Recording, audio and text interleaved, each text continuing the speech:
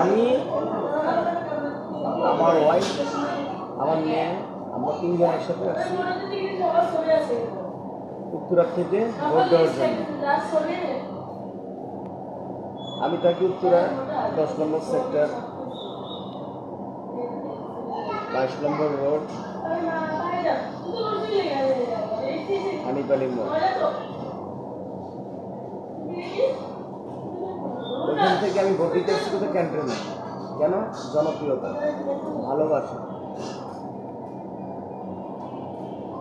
বাংলাদেশের নাগরিক, তাই আমার ভোটটা কেন ভুলে যাবে? এই জন্য আমি ভোটটা দিতে আসছি। আমাদের জনাব তারেক রহমানকে আমি ভোট দিয়েছি।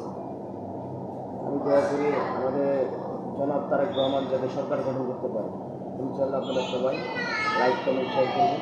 আপনারা প্রবাসী যারা আছেন সবাই ইনশাল্লাহ দোয়া করবেন যাতে আমাদের তারেক রহমান বিপুল ভোটে পাশ করে জয়যুক্ত হতে পারে।